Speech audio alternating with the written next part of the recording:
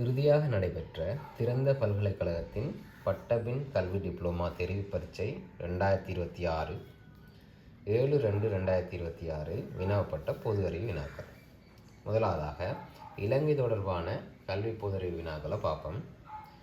அதில் முதலாவது வினா, இலங்கையில் தொலைக்கல்வி அல்லது தூரக்கல்வியை வழங்கும் நிறுவனம் யாது?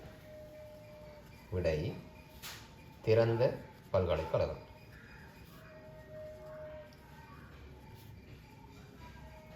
Open university of Sri Lanka.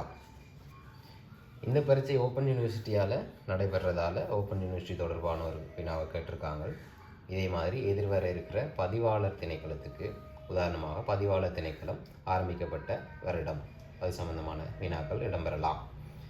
இரண்டாவது கேள்வி, இலங்கையில் தொழில்நுட்பவியல் பட்டத்தினை வழங்கும் தேசிய கல்வியற் கல்லூரி யார்?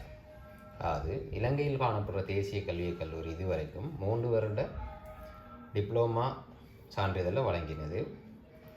இருந்தாலும் புதிதாக ஆரம்பிக்கப்பட்ட பிடெக் மற்றும் இடெக் மாணவர்களுக்கான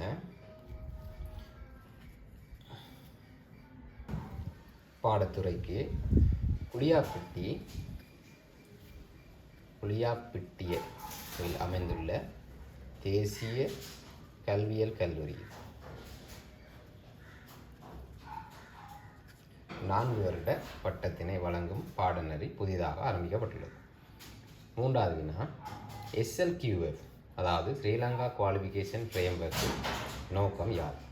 அதாவது இலங்கையில் காணப்படுற பல்வேறு பட்டங்கள் மற்றும் டிப்ளோமாக்களை வழங்குகிற நிறுவனங்களோட தரங்களை ஒரே அளவில் மதிப்பீடு செய்வதற்கு SLQF உருவாக்கப்பட்டுள்ளது. இது தொடர்பாக போட்டி பரீட்சையில் அதிகம் வினாக்கள் வினவப்படுகிறது.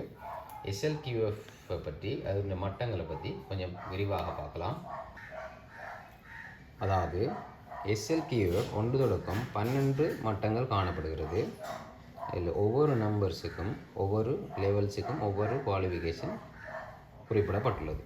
உதாரணமாக கடந்த MED ஓப்பன் யூனிவர்சிட்டியால் நடத்தப்பட்ட MED போட்டி பரீட்சையில் SLQF மட்டம் 6 தொடர்பாக அது எந்த குவாலிஃபிகேஷனை சேர்ந்தது என்ற வினாவப்பட்டுள்ளது. இதே போல் போட்டி பரீட்சைகளில் NVQ லெவல் மட்டம், அதாவது NVQ லெவல் மட்டம் 2 தொடக்கம் 7 வரை அளவிடப்படுகிறது. இது தொடர்பான வினாக்களும் அதிகம் வினாவப்படுகின்றது.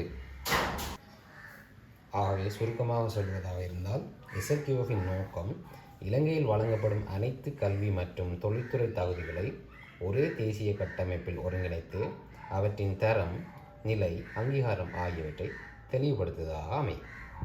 அடுத்த வினா, 2013 காப்போத்த உயர்தர பிரிவில் புதிதாக சேர்க்கப்பட்ட பாடத்துறை யார்? விடை தொழில்நுட்பவியல் பாட பிரிவுகள் 2013 புதிதாக சேர்க்கப்பட்டது. இதில் இடெக் மற்றும் பிடெக் என்பன அடங்கும். அடுத்த வினா, தேசிய கல்வியற் கல்லூரியினால் வழங்கப்படும் சான்றிதழ் யாது? தேசிய கல்வியற் கல்லூரியினால் வழங்கப்படும் சான்றிதழ் தேசிய கற்பித்தலில் தேசிய டிப்ளோமா, அதாவது national diploma in teaching, NDT என சுருக்கமாக குறிப்பிடப்படுகிறது. அடுத்த வினா, ஆசிரியர் சேவையினுள் உள்வாங்கப்பட்ட பின்னர் வழங்கப்படும் பயிற்சி யாது? விடை ஆசிரியர் முன் சேவை பயிற்சி. அடுத்த வினா, 2026 புதிதாக அறிமுகப்படுத்தப்பட்ட கல்வி சீர்திருத்தம் எஜுகேஷனல் ரீஃபார்ம் எக்கற்றல் முறையை அடிப்படையாக கொண்டது. மொடியூல் பேஸ்ட் மற்றும் ஆக்டிவிட்டி பேஸ்ட் அடிப்படையாக கொண்ட இந்த ரீஃபார்ம் கடந்த MED போட்டி பரீட்சையிலும் வினாப்பட்டிருந்தது. MED போட்டி பரீட்சையில் 2026 எந்தெந்த வகுப்புகளில் இந்த ரீஃபார்ம் அறிமுகப்படுத்தப்படுகிறது என்று கேட்கப்பட்டிருந்தது. வினா கேட்கப்பட்டிருந்த காலப்பகுதியில் தரம் 1,6க்கு அறிமுகம் செய்யப்பட்டிருந்த போதிலும் இப்பொழுது தரம் 6க்கு மட்டுப்படுத்தப்பட்டுள்ளது. அடுத்த வினா, பின்வருவனற்றுள் பண்புத்தர சுட்டி ஸ்கூல் குவாலிஃபிகேஷன் இண்டெக்ஸ் இல் இடம்பெறாத விடயம் யார்? இது விடைகளாக 3-4 விடைகள் குறிக்கப்பட்டிருந்தது. அதில் அதிபர் தலைமைத்துவம், மாணவர் நலன்புரி, இணைப்பாட விதான செயற்பாடுகள் இன்னும் ஒரு விடையும் குறிக்கப்பட்டிருந்தது. இது அதிபர் தலைமைத்துவம் என்பது இந்த பண்புத்தர சுட்டியில் காணப்படும் 8 ஃபைல் என்று சொல்லி உள்ள சுருக்கமாக சொல்லுவாங்க. இதில் அதிபர் தலைமைத்துவம் என்பது பொருத்தமில்லாத விடை. அடுத்த வினா, பிஜிடியினை இலங்கையில் அறிமுகம் செய்தவர் யார்? இதற்கான விடையை கமெண்ட் செக்ஷனில் பதிவிடவும். வினா தொகுப்பின் அடுத்த பாகத்தினை பார்வையிட எமது முகநூல் பக்கமான மேத்ஸ் பிரிட்ஜ் அகாடமியினை ஃபாலோ செய்யுங்கள். நன்றி.